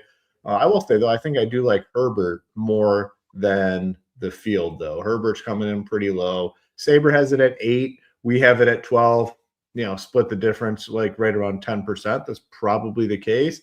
But Herbert has all his weapons. If Hampton is banged up, do they throw it a little bit more? Herbert will run on his own. I think Herbert is definitely an interesting play on the slate, probably coming in 5th, I would say, in ownership. I think that game has a chance for some back and forth. Like, yes, Buffalo, Jacksonville look solid in terms of game scoring environment. I think Chargers Patriots has a chance to be right there with them in terms of game scoring environment. Yes, the Patriots have looked good. Their defenses look good at times, but they have gotten into some shootouts as well and given up a lot of points and a lot of big plays. So I think Herbert is a guy I'll be looking at for sure on the slate, probably around 10%. But man, you have 6 guys that you can definitely. You can make the case for Purdy for sure if you wanted to. Scares me a little bit though. Like that's the game that definitely scares me on the slate because I know how the Eagles will want to win it, and they might have the ability to win it that way in a nasty fashion if they want. So that does scare me a little bit. So maybe a little lower on Purdy, maybe even a little lower on Hurts potentially. But you got 6 solid quarterbacks here. Yeah, Title, I'll kick it over to you. I mean, this is funny because I think it's true. As a Chargers fan, don't know what to expect. And Go Collect says, yeah, low key, the Pats haven't beaten any good teams. I think that's going to be said until they prove everybody wrong on the Pats and the, what's the other one? The Broncos.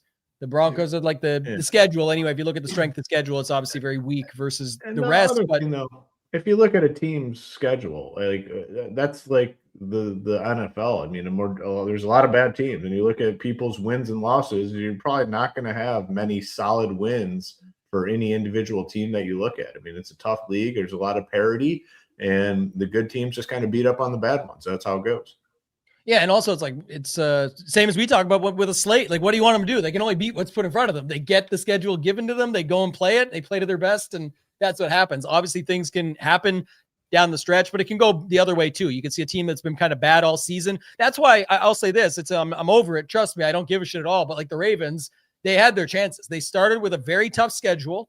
It didn't go well. They had injuries, but they knew they had the back half of the season. We talked about at one point where there was capability, at least, to run the table. Obviously, when you don't have Lamar and things like that, things matter. But yeah, overall, teams can go on a run and get hot, and other teams can win games. Doesn't matter who they are beating, and still keep that level and that confidence and roll through because of that. So there's definitely opportunity here. Title, go to you on that stuff and quarterback as a whole. What's sort of your thoughts on the position for this 3-game slate? Yeah, I agree with a lot of what Hoop said. Purdy's my least favorite just in the sense of the matchup is really difficult. We just saw him struggle with a really difficult matchup last time. Eagles are the best defense on the slate. San Fran's implied for the lowest. They're going across the country to play the Eagles. I think it's a tough spot for him. But again, we've played them a lot this year. You can make a case for all of them. My clear favorites are Lawrence, Josh Allen, Jalen Hurts. Trevor Lawrence, I just expect them to be a very pass-happy team like they have been under Liam Cohen. They're applied for 26 points. The nice thing about him is his weapons will be owned, but he has so many weapons that when you play him, pick 2 or 3 of Strange, Washington, Brian Thomas, Jacoby, like people will be doing the same and mixing and matching them. So if you do get the right combination, even though they will all have ownership, it'll be a lot more, it'll be easy to get different or just other people get it wrong because there's so many ways to go.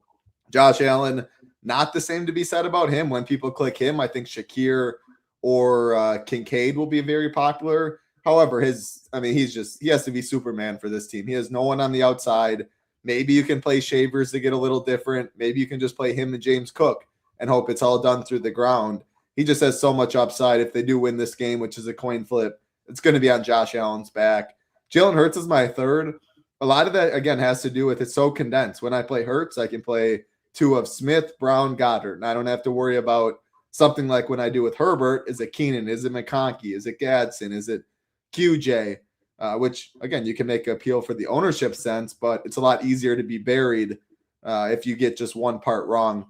And you have the tush-push equity with Jalen Hurts, which I always like.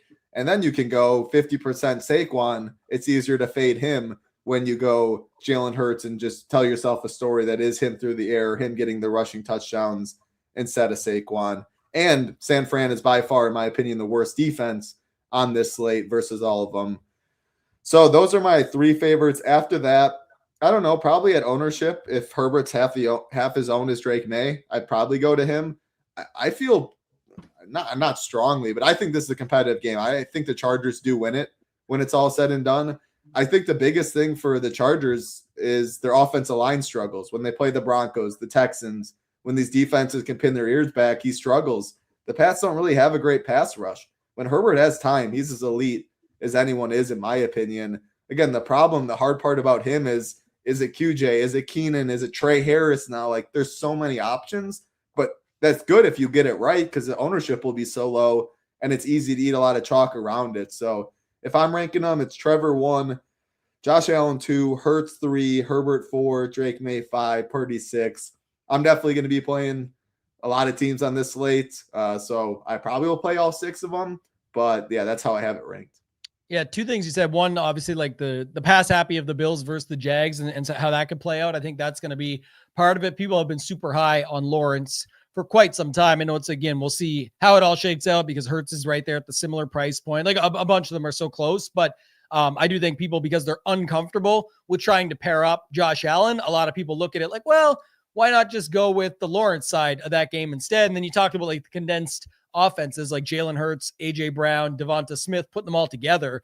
That one seems a little more appealing to me just because I actually think the ownership, one, I know it looks already high on Saquon, but I think it could rise a little bit as well at just 7K as people are looking for. This slate's a little bit different than what the 2-gamer was on Saturday because more games, more options, more stacks, etc. But you can spend the money quite easily. So you might be in a spot where you need that $1,500 or that 12 or whatever the price difference ends up being, $400 or whatever it is from James Cook down to Barkley. So I could see more getting to Barkley. And if you go Hurts, Brown, Smith, see what Goddard does, we'll get update on that, but I expect him to go. So it'll be that type of setup where it could be good. Another thing I just saw pop up was in the Patriots side of things, Kayshon Boutte is now questionable, got a hamstring. So we'll have to wait and see on that information as well. We'll obviously cover all the positions, but just noting it. But I'm in agreement with you guys. I think the one thing that is interesting is like just going to the Herbert stack. You guys talked about that plenty, so I'm not going to rehash, but that one stands out. But probably like that Hurts and then go from there. Drake May, I mean, you stack them up however you want, but it gets tricky because which guy is it? Obviously, if we get Boutte news, that could be a little bit different and be able to go from there. But running back hoop, kick it back to you. James Cook, ETN, Barkley, McCaffrey. We're waiting on Hampton. And then you got the running backs and Patriots. Can you just play them both again? Isn't that the way we do it now? You just plug them both in. But what's your thoughts on this running back position? Yeah, so need the Hampton news. And again, when you're watching this, the Hampton news might already be out there. If I actually literally just popped up on my phone, officially listed as questionable. So we might not have it until Sunday. So it depends on when you're watching this. But, if he's out, then Vidal becomes a play. We don't have that news, so going to kind of just leave that one on the table for now. But my clear favorite play at running back, and I'm going to say it's not even particularly close. I think Saquon Barkley is the top play, and obviously he's going to be owned. I mean, it's a 3-game slate. It's not like he's going to be like low owned or anything. But I think Saquon Barkley is a phenomenal play. The San Fran defense looks really bad. I mean, 2 weeks ago, the Bears absolutely slaughtered them, and then last week, Charbonnet and Kenneth Walker both went off. I mean, if you watch the game, they're getting 8 to 9 yards a carry with ease, like not even being touched. So I think the Eagles are going to choose to ride Saquon if they can. Like if it's going to work, they're going to keep feeding him the freaking ball. So love Saquon. Christian McCaffrey, I mean, it doesn't matter the matchup or anything. You can always play Christian McCaffrey. Like they can get their ass kicked in this game. The 49ers can get their ass kicked and he can still get you 30 fantasy points. He can get 12 catches. Like it depends. Do they get a lead and they just give up those little dump offs to McCaffrey? That could be the case. So even if you think the Eagles beat the Niners here, you still have to consider McCaffrey because he can get there again if they get their ass kicked. And then if they do somehow win, a lot of times it comes through him. If it's a close game, it goes through him. So you can always play McCaffrey. I think he's fine. Going to play a lot of him. James Cook, great play, I think, on non-Josh Allen teams. It seems like when they do have success, it's one or the other that has the big game. ETN is their clear running back fine there. The interesting one is definitely the Patriots. What do you do with those guys? They're both going to be involved. And I think in order for them to get there together, obviously you're going to need a very high-scoring game. So You probably got to pick and choose which one. I think they both have some degree of upside, but it is hard when you start looking at some of those other guys where they're getting all the work. Like Saquon's going to get all the work. ETN's going to get all the work. McCaffrey's going to get all the work. And I think it is going to be a split between Henderson and Stevenson, and fine playing them individually. I definitely don't think I'd play them together on the slate. Just to put a bow on it, like for me, it's definitely Saquon 1. And I really, really like him when you factor everything in. Again, he's going to be owned. It's not like it's a low-owned play. It's a 3-game slate. He's going to get a lot of ownership. McCaffrey you can always play. So I think, strong running back pool here for sure. But Saquon's at the top for me.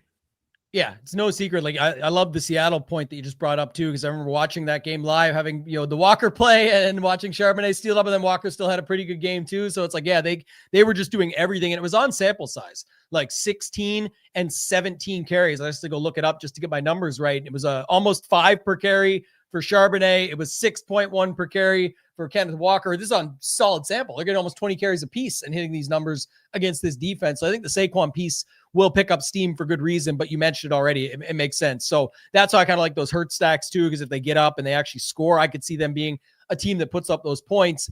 Just circling back before I go to you, Title, on running backs, I don't have much else to add. I'm going to be focused on ETN Jr., James Cook, CMC, and then looking at these other spots.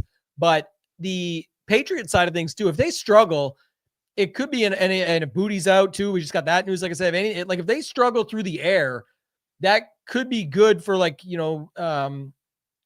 going away from May and some of that stuff. And it does still kind of hurt the running backs too. So that would kind of just hurt everything for me in that Patriots game. Maybe some Hunter Henry or whatever it might be. But man, that could be a bit of an issue for them, at least when I'm looking at my overall builds, or for those that are out there hand building or thinking about it. I don't think if I was off Drake May that I would just automatically be plugging in Henderson or Stevenson. I still see a ton of different options that aren't splits, that could break the slate, that could still have, ceiling type scores that you don't need those guys. So again, I don't think they're getting a ton of ownership, but that could be one thing on this slate. What's your thoughts there and the rest of the running back position? Yeah, the Patriots are tough for me. They fall down the list. ETN's my favorite for sure at 6,600, because who's priced around him? Hampton 6,200. Who even knows if he plays? And I do agree with Go Collect, assuming this is what he's saying. If Hampton's out, I do boost Justin Herbert. I do think they probably have more pass attempts. Did we just get the news? Just get an update. Omarion Hampton said he plans to play. So again, that's him saying it, and who knows? But it's like, if he's already braced, he's got a brace, but if he's out there on Friday at the practice and they're getting him into the mix and he has till Sunday night, that sounds like he's ready to go. So just to give you more insight, I thought I would add that. Yeah, it's a do or die game. If these guys can play, they're gonna play. So We're gonna talk like Hampton's in, which makes I don't love Hampton and Vidal are my least favorites, I guess. Like I do expect Vidal to eat into some of Hampton's work. He's 4,700, which is interesting, but the opportunity cost at running back, it's very strong. So the Chargers are definitely my least favorite, and the Pats and James Cook's my second least favorite. So ETN for sure at 6,600. I like him more than Travion, who's 6K, Hampton, who's 6,200. And I think it's really easy. You could go McCaffrey, or you could go Saquon, go down to ETN. You could go McCaffrey, ETN, James Cook, ETN, and leave the money and get different that way, which is always nice. Why James Cook, I think, is my least favorite of ETN, McCaffrey, Saquon, is I just think the Jags understand that make someone on the outside beat you. These dudes are so bad out there. Stack the box. Don't let Josh Allen beat you. Don't let James Cook beat you. If these guys can win on one-on-one coverage, maybe they have to adjust that way. Obviously, these guys are McCaffrey, Saquon, Cook. We're talking about the best running backs in the league. It wouldn't be shocked if James Cook gets there, but I get Saquon against an awful 49ers defense at home, and I get McCaffrey, who's just the man who can get it done in any single – they could be down 21 at halftime, and he could have 28 when it's all said and done with his pass catching upside and all of that. So ETN's my favorite at the price. I agree with Hoop. Saquon would be up there, probably number 2. Then it's McCaffrey for me. And then I don't know. James Cook and Travion Henderson are pretty close. I don't have a strong lean on Travion Ramondre at the end of the day, just due to the fumble concerns Ramondre's had in the past, and Travion's just big play upside. I know Stevenson's got it done in the passing game recently, but I'll side with Travion. But who knows? It's a rookie. Like Vrabel, he doesn't probably know what he's going to do come game time on Sunday. So I don't know either. And that's why them and the Charger situation falls down the list because you're guessing on unknowns. And even if you get the right 70-30 split on someone, it doesn't mean that they're going to perform. So yeah, that's how I got running back. Yeah, I like that. And the other thing too is like Josh Allen can get a little greedy in the playoffs. So not saying it'll come true, but it's like if he gets up to that line, can easily see him trying to always continue to prove himself and show that he's the guy to get it done. So for that setup, I think you could even run like a Josh Allen. This is going to segue because we're going to go into wide receiver anyway, Hoop. But if you had like Josh Allen lineups, you could still play Myers, Parker Washington, whoever you want to really, and just say, look, I'm not figuring out the Josh Allen side, but I'm going to hope he beats Trevor Lawrence.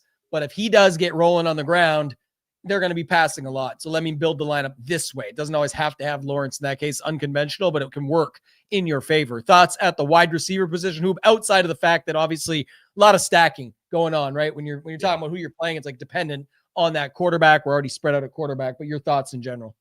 Yeah, I mean, the first thing at wide receiver that kind of stands out is these Eagles guys getting so much ownership, A.J. Brown and Devonta Smith. And yeah, it definitely, makes sense. But I just see that Eagles game potentially going a different way where it's heavy Jalen Hurts running, a heavy Saquon Barkley. If they have success running Saquon Barkley, they're going to continue to run the ball. I'm telling you that. And the last couple teams that have faced the 49ers have had a lot of success on the ground. There really wasn't anything the Niners could do to stop it. You're talking about Kenneth Walker and Charbonnet. Now we're looking at Saquon running it, and the quarterback can run it a little bit as well. So a little bit nervous. Obviously, if you're playing 150, you're going to have some A.J. Brown and Devonta Smith in there. But if they are going to be the highest owned, I don't know if I'll get there all the way there on those guys. Booty news is big. If he's out, obviously boost to Stephon Diggs. And then you have some cheap options. That Kyle Williams guy looked pretty good. Demario Douglas is cheap. So it's pretty big. Ricky Pearsall, we need to see if he's in or out. Sounds truly questionable, I would say. And if Pearsall is to be ruled out, Demarcus Robinson slides right in and essentially has his role. He is 3,300. So we have some injury stuff. And if it breaks the other way, like we're going to have some very, very cheap, appealing options. Again, we're recording this on Friday. Not sure how much news we get all the way up to Sunday. So it all depends on when you're listening to this. But, obviously be monitoring the news, and we'll have it all updated in Discord and in our content. But Pearsall, Booty, and then I guess, Joshua Palmer to some degree, he's ruled questionable. So there are some question marks here. Now, talking about the, other teams, I know we usually go team by team. I already talked about the Eagles, so I'll just stick with the four. I guess I talked about the Eagles and the 49ers side. So if Pearsall's out, Jennings gets a boost, and Demarcus Robinson, and then, Kendrick Bourne would be a cheap option as well. Going to the Bills game, Bills and Jaguars, you have Bills. It's just wild to me. Like, it's so insane to me. You have Josh Allen, right? And they had Stephon Diggs. They had a great connection. And how long ago was it when Diggs left? Was it 2 seasons ago, 3 seasons? Like, how do you never find somebody at the position? Your wide receiver 2 for the playoffs with Josh Allen at quarterback, and really they haven't suffered any injuries at the position, is going to be Brandon Cooks. I mean, that is absolutely insane to me. And Shakir really wasn't the player he was last year in terms of productivity. So it is tough if you are forcing in stacks with Josh Allen. I personally wouldn't force it in. Like, I'd be fine just playing Josh Allen naked if need be. And I know Kincaid was questionable. He's going to play too, so you can look there. But I don't think I need to play. This is one of those scenarios where, and you probably get it a lot in your lineups regardless, but like, don't say that you have to stack with Josh Allen, but say I want at least like a Jaguars guy on the other side, or 2 Jaguars guys on the other side, to get that little back and forth situation. But the Bills wide receiver room is tough. I mean, Shakir seems like the most stable. You got Brandon Cooks, the Shavers guy they've used a little bit, but man, I wouldn't count on much of that. The Jaguars look like the most stable wide receiver room. Parker Washington, I think, is wide receiver 1. I mean, Trevor Lawrence absolutely loves this guy. I mean, loves him. And Washington has performed all season long. And if you watch the last game, and it was a pretty meaningful game, Parker Washington was the top option. And it's now 3 weeks in a row. 10 targets, 9 targets. So it's not a fluke situation. Now he's only 5K. And again, he's going to be owned. We're showing right around 39% ownership. I'm fine with that. Jacoby Myers, and then Brian Thomas is going to be kind of like the pivot play. I think people are just sick of it. I mean, I think people are very sick of it, including myself, but it's a 3-game slate. Like we said it last week, maybe this is the week for Brian Thomas. Maybe he's waiting for the playoffs. How about that? Maybe he's waiting for the playoffs to do something. Definitely want something, especially if you're playing a lot of Trevor Lawrence. You have to include all 3 of those guys. Chargers situation, I think this is probably why I like Herbert, and more so if you're 150. Like if you're hand building teams and you're playing Justin Herbert, it's going to be hard because who the hell is it going to be? Is it going to be Quentin Johnson? Is it going to be Ladd? Is it going to be Keenan Allen? So in 150, I think it's great because you're getting 3, I'd say low owned options. Like 20% is low owned on a 3-game slate. You got Ladd McConkey coming in right around 20, Quentin Johnson, we have it at 15, Keenan Allen right around 20. You can play 2 of them if you want, I guess maybe 3, depending on how aggressive you want to be with it. So, looking at the ownership on these Chargers guys, I think I like Herbert even more than we kind of talked about when we were at quarterback. I mean, 15 to 20% is low owned on a 3-game slate, and you're getting all these guys at what I would say is low ownership. And then Patriots kind of touched on that too. Need the booty news. Diggs is good either way. He'd get a boost if he's out. Kyle Williams becomes a play who has looked good. And then Demario Douglas. And they keep using this Chisholm guy too at 3,300. So maybe he's in play a little bit as well. So deep wide receiver room. Yeah. Tyler, do you want to add much, or what do you differ on, I guess is a better way to put it. Obviously a lot of what Hoop said holds true for probably the 2 of us, but what else do you got? Yeah, I really don't know where to add stuff. Like the Philly-San Fran game, it's just Smith and Brown, and on the other side, assuming Ricky plays, it's really just him and Juwan. And I don't love that stuff too much. The Jake stuff, like we talked about, they have a lot of options: Parker, Brian Thomas, Jacoby, and then Strange that we talk about. So at least when people do play Lawrence and stack it up, people will go different ways a little bit. You can play 2 or 3 of them. The Chargers stuff I think is the most difficult because Trey Harris has been playing a good amount. Like you might not see any of Ladd, like Keenan, QJ, or Harris play over 70% of snaps. And you could say maybe the same thing with the Patriots. If Booty plays, like Diggs only plays like 55% of snaps. Is that going to change in the playoffs? Maybe, but it really hasn't changed all year. Like all year at all. I mean, he had 1 game where he played 69% week 11. That was his highest that he's played. If there is no Booty, Kyle Williams is by far the biggest beneficiary. And that Chisholm guy, like Hoop mentioned too, seems like Drake May trusts him a little bit. I think that just brings back to, I don't love the Drake May stuff nearly as much as a lot of stuff because A, they have 2 running backs that are very viable, and I think they want to run the ball first or play action. And then it's so many different wide receivers. Now, with that being said, May can rush. So when I do play him, I think I'd probably just want to single stack him. And Diggs is the easiest way to do it, but that's what the most people will do. Hoop covered it well. Like to wrap it up, Lawrence is my favorite. You have so many ways to go. Josh Allen's my second favorite, and you can just go Shakir, just Kincaid, or just no one. And then with the Eagles, you know where to go when you play Hurts. So yeah, we're gonna have to wait on some of this injury news, but it's tough. New England Chargers receiving room especially is very deep.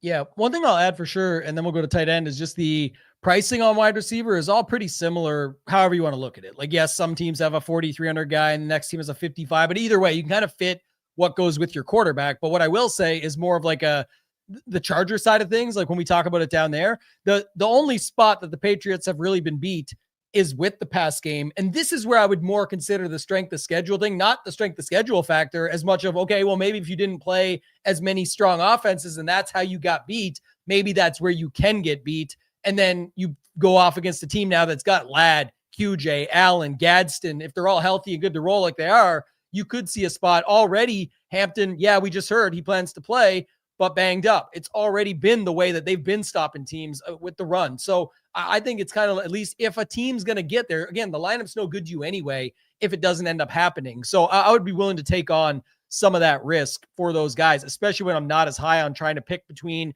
Shakir and Cooks and Palmer, or if Brown and Smith are going to be super chalky, fine, but I'm going to want them with Hurts most likely, and maybe adding a tight end to cut into that and so on and so forth. I'm not as high on the Drake May side. So I do think the Chargers stuff is pretty interesting. Just again, got to get it right and then got to play enough of it that you can try and get different combinations. So I think that makes it somewhat interesting.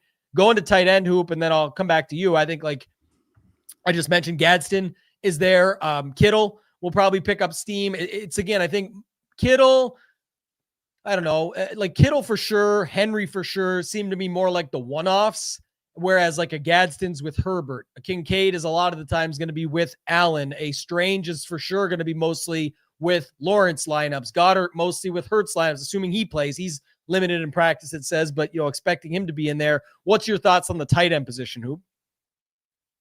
Yeah, I think you kind of nailed it. I mean, a lot of what's played at tight end is going to be correlated with quarterback. Like, I just, if you're playing Jalen Hurts, I think, you're probably going to have Goddard in there, especially like a Drake May situation. If Booty's out, like if you're playing Hunter Henry, it's probably going to be in lineups where you have Drake May, because every team has a pretty reliable tight end. I mean, San Fran or Buffalo has Kincaid, and I'm going to talk about Knox in a minute.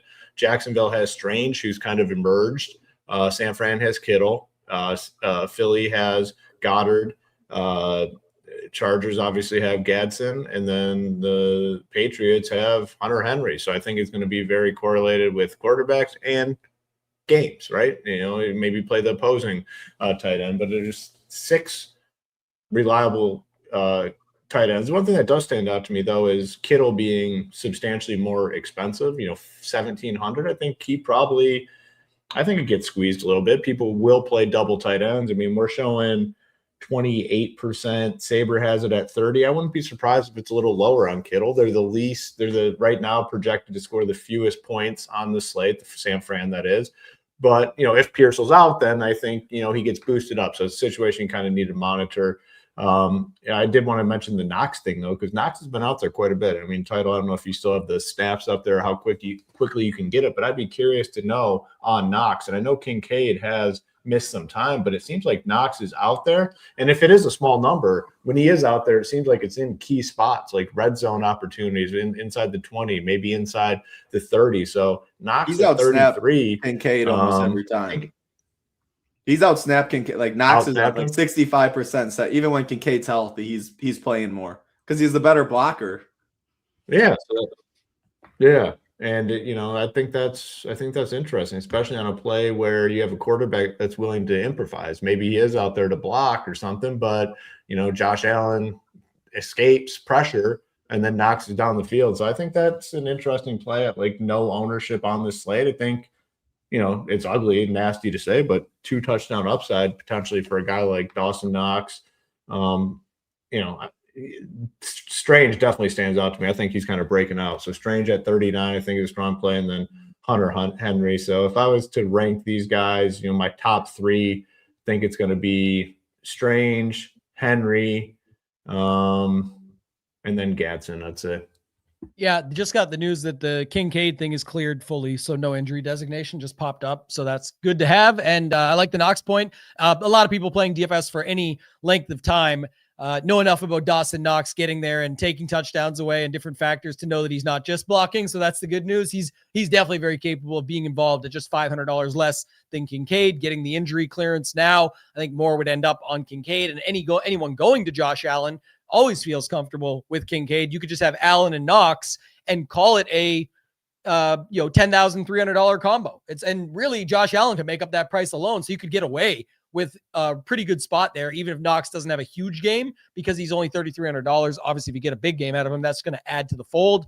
Like the Strange call. One thing I'll say about the Kittle stuff, and then I'll kick it to you, Title, is just I think more people would be inclined to use him as a one-off, especially if Pearsall's out, because if I'm not on McCaffrey, and I get that makes sense. I mean, I've gone through that a ton of times with people, but I think it's also interesting that like if he has the big enough game that it matters, it could be helpful for a Purdy. So it's like if he has a 2 touchdown game and then Purdy runs one in on them or something, like that's already 2 passing touchdowns and a rushing touchdown for Purdy. It would really leverage CMC's ownership. You'd be able to fit more because of the pricing and all that you're fitting in there. So I don't know. It's at least somewhat interesting to think about, but what do you got at the tight end position? Anything else to add? Yeah, it is just worth noting. Like Kittle's $1,700 more than the next highest priced tight end. So at least they separated it a little bit. My favorite's definitely Strange. I'm going to keep playing this Lawrence stuff. They passed the ball a ton. Strange is one of his favorite options. After that, I think it's Kittle. And the reason I'm saying that is just if I'm Shanahan, I'm getting the ball to Kittle and McCaffrey. Like, Kittle is so good yards after catch. It can wear down the defense. And if Ricky's beat up even just a little bit, he can tight end screens, just keep the defense off balance with McCaffrey and Kittle. He is the highest price, though, so it's a little concerning. But just if San Fran wins, and I do give Shanahan respect for a good offensive mind, I think Kittle has to be a big – like he has a better receptions prop than McCaffrey just by a little bit, but he leads the team at 5.5. After that, I think Kincaid and Knox would be my favorites. Like the touchdown prop, 240 Kincaid, 310 for Knox, 20.5, I believe, was Knox's receiving yards, and like 38.5 for Kincaid. They're gonna use two tight end sets some. Their receiving core, especially if Palmer's out, like that could even benefit both of them because they might be on the field a little more together. But it feels like he's after Shakir, and I don't even know. Shakir hasn't been great. He loves Knox and Kincaid in the middle of the field. And I do want to play a good amount of Josh Allen teams. They're implied for 26 points, and you can get exposure with what Kincaid's looking around like 20% owned. Knox is like unowned. So I think they're pretty interesting. And I will say I definitely like two tight ends more on this Sunday slate than I did the Saturday slate. Like I didn't mention Gadsden. There's Hunter Henry, all of that. Now, Hunter Henry is one of my least favorites because Hooper's out there a good bit as well. I'm just more down on this Patriots stuff. And I'm fine with Gadsden at 3,400. But again, they're with the Trey Harris, Ladd, Keenan. There's just so many guys. But I will be playing Herbert stuff. He's showing to be low owned, so I like Gadsden a bit. So I rank him. And I didn't mention Goddard. To be honest, I like A.J. Brown and Smith a good bit more there. And I already like Saquon. So he falls down the list a little bit. I do think he's, when it's all said and done, maybe the highest owned because he's 4,200 and he makes a lot work. So my favorite goes Strange 1, probably Kittle 2, Kincaid, Knox, Gadsden is how I rank the tight ends. Yeah, the only other thing I'll say, too, because I'm just looking at injury updates, we'll have to wait and see, but could have like a perfect storm for this. It's more gut feel and also just remembering from different DFS slates, though, and happened against Seattle, actually. I will say this. It was a interesting spot, but with Trent Williams, when Trent Williams is out, and he was out against Seattle, and that's what you saw, a down game for Kittle, he blocks a ton. He has to block a lot more to help this offense out. And right now, Trent Williams, still not a positive update.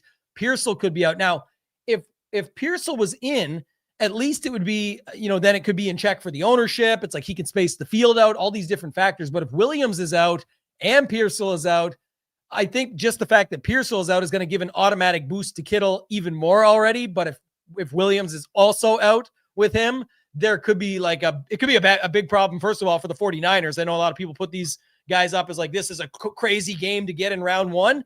Might not be so crazy. And the spread's already moved to, I think, 5 for the Eagles at home now because of this type of stuff. So just remember, those things really matter in football, and that can be a bit different. But from a DFS perspective, if Pearsall and Williams were out, I don't think people look at Williams at all or think about that. They just go, oh, Pearsall's out, bigger boost for Kittle, and they just may not be able to do so, and it may be more blocking again, and I don't know who it would be involved. But, man, this team is pretty banged up. I heard somebody else talking about it, too, that, like, Jennings has been playing through some rib injuries and stuff, maybe broken ribs, if I heard right. So little things like that just make it really tricky for this whole San Francisco offense. It can be a bit of a challenge. So anything, Hoop, you want to add at defenses at all, or just kind of just pair it up wherever you go?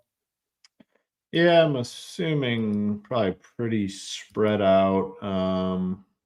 Yeah, I mean, I'd feel fine playing all these defenses. Who would be my favorite?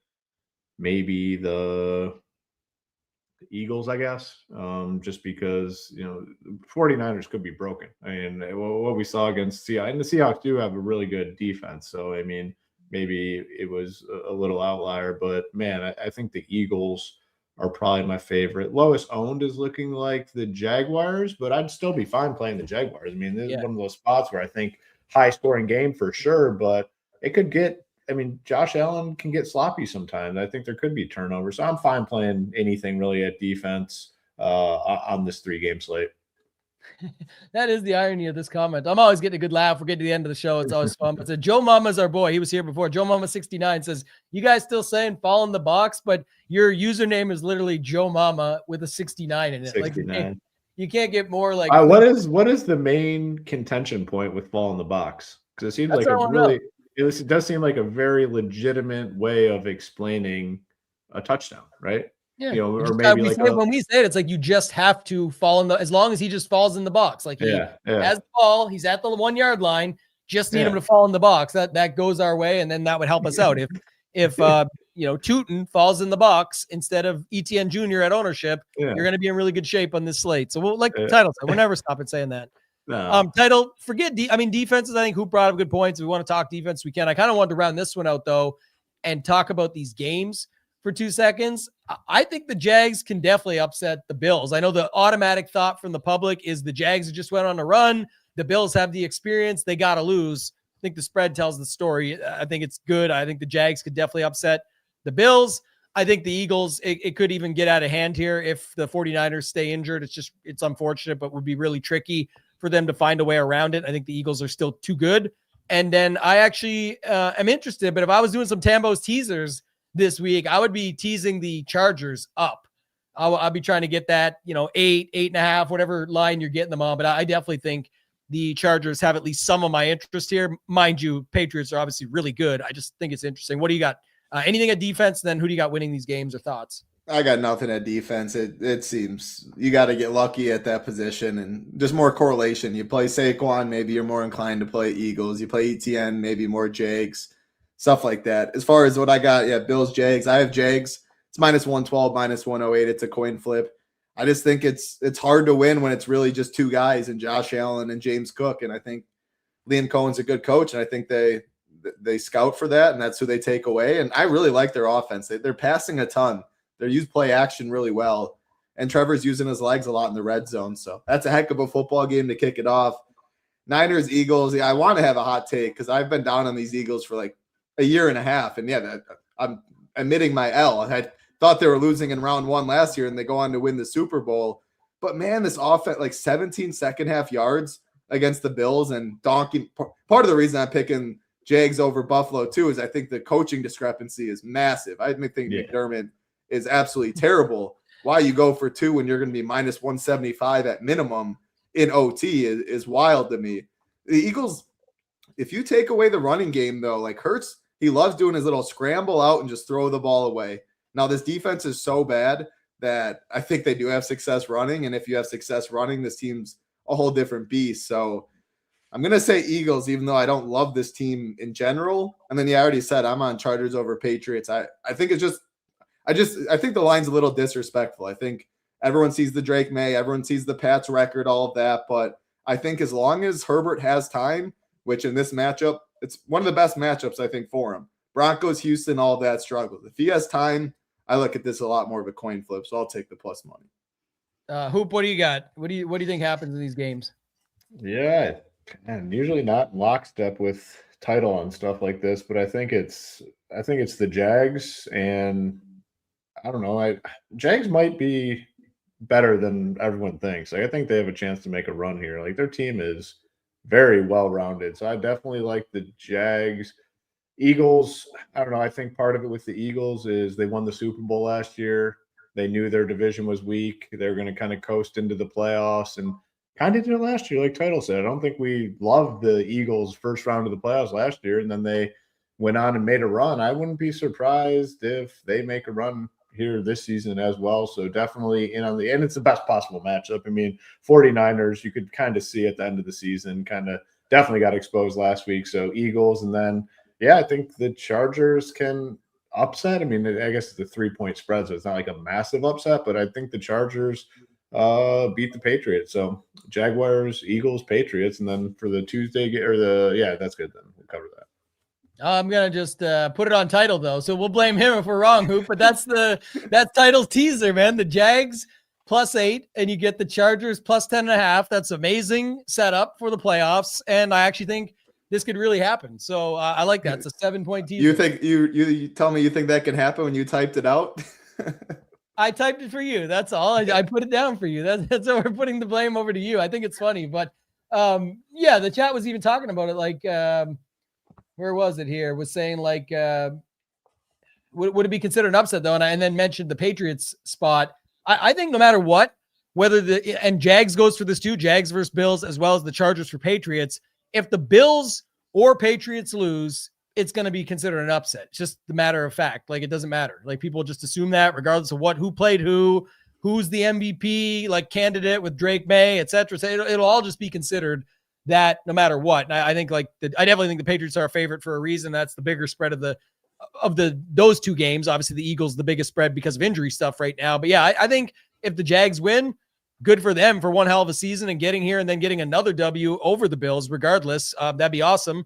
And then Chargers, same way. Like, Patriots, definitely people see a lot more out of them as the playoffs go on. People have them as, winning the Super Bowl and stuff. So I think it's because the AFC is so weak and all of that. I just think it's crazy. But Title, you endorse this for sure if you had to. We're not a betting show, but you got to like this based on what you said. This is what you're thinking. Yeah, I do. I've never really been like I'm on that side. I just like +3, I'm more likely just to bet +3.5 or just take -112 money line. But yeah, I'm on those two sides. I won't be betting it though. I know we didn't talk about it on the Saturday. We're breaking it up, but Bears, Packers, any lean there? I got the Packers. Yeah, I mean, they keep taking money. Very, very rare you see a 7-2 on the road and -125. It's hoop. And then I want to hear your thoughts on the 10.5 number. It's a big boy number in the playoffs. I mean, I got Bears. I got the Bears over the Packers. And then that is a big freaking number.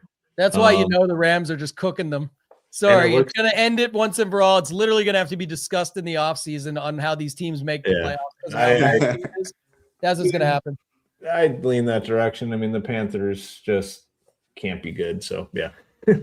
People can tease the Panthers up to 17.5 if they want. It's like which is such a big number that it's like you just have to, and then that's how they lose by 18. It's like, yeah, that's the way it goes. But yeah, I thought this was good. I think it's a good breakdown. On these smaller slates, there's a lot more strategy and stuff that we can discuss. It's a little bit different than just going game by game on a main slate. So appreciate you guys. Hopefully this was good, and good luck in your contest for this week. Title, did you have any final thoughts before we get out of here? Anything else?